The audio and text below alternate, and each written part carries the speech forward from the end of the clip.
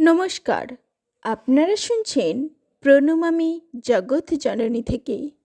স্বামীজি বলতেন, অনুকরণ দিয়ে কারো জ্ঞান আপনার হয় না। তার এই কথা কেন, সেই কথাই আজ আপনাদের শোনাব। আপনারা শুনছেন প্রণমামী জগৎ জননীর আলোচনা। এখানকার আলোচনা ভালো লাগলে অবশ্যই লাইক, কমেন্ট, শেয়ার ও সাবস্ক্রাইব করতে ভুলবেন না। শুরু করছি আজকের আলোচনা। বিবেকানন্দের এই চাওয়া সফল হয়নি। তার সময়কালেই তিনি তা উপলব্ধি করেছিলেন এবং সেই কারণে দেশবাসীদের সম্পর্কে বলেছিলেন, তারা পাশ্চাত্য ভাব, ভাষা, আহার পরিচ্ছদ ও আচার অবলম্বন করিলেই পাশ্চাত্য জাতির মতো উন্নত সভ্য হয়ে ওঠা সম্ভব বলে ভাবতে শুরু করেছে। কিন্তু সে যে কত ভুল তা বুঝিয়ে দিতে তিনি বললেন, মূর্খ, অনুকরণ দ্বারা পরের ভাব আপনার হয় না। অর্জন না করিলে কোনো বস্তুই নিজের হয় না। বড় ক্ষোভ প্রকাশ করেছিলেন।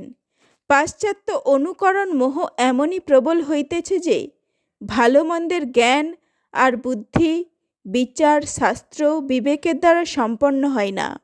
শ্বেতাঙ্গ যে ভাবের, যে আচারের প্রশংসা করে তাহাই ভালো, তাহারা যাহার নিন্দা করে তাহাই মন্দ।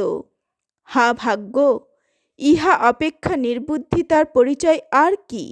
ভারতবাসীর এই প্রকার পাশ্চাত্যানুকরণ বৃত্তিকাকে তিনি দুর্বলতার লক্ষণ বলে চিহ্নিত করে বুঝিয়েছিলেন, যখন ভারতবাসীকে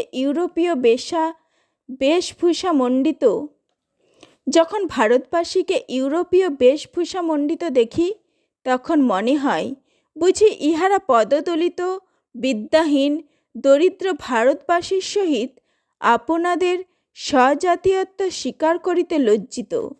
দেশবাসীরা তাহার জাতীয় বৈশিষ্ট্য ভুলে দাসসুলভ মনোবৃত্তি প্রকাশে লজ্জাহীন হয়েছে দেখে তিনি মর্মাহত হয়ে তাদের সজাগ করার জন্য বললেন, পাশ্চাত্য সমাজ ও ভারত সমাজের মূল গতি ও উদ্দেশ্যের এতই পার্থক্য যে পাশ্চাত্য অনুকরণে গঠিত সম্প্রদায় মাত্রই এদেশে নিষ্ফল হবে।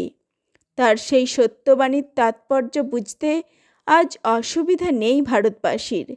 তার সুরে সুর মিলিয়ে তাই আজ বলার দিন এসেছে, আমায় মনুষ্যত্ব দাও, আমার দুর্বলতা, কাপুরুষতা দূর করো, আমায় মানুষ করো। ভারতবাসী বিশ্বায়নের তালে তাল মিলিয়ে সজ্জাতির যা কিছু ভালো, যেসব বিসর্জন দিয়ে উন্নত সভ্য দেশের যা কিছু মন্দ, সেসব আত্মীকরণ সাধনায় আজ একনিষ্ঠ হয়েছে। বিসর্জন দিতে বসেছে মনুষ্যত্ব।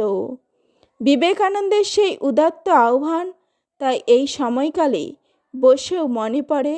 মনে হয় তার জন্মের 150 বছরকাল পরেও শোনা যাচ্ছে সেই স্বর, উঠো, জাগো।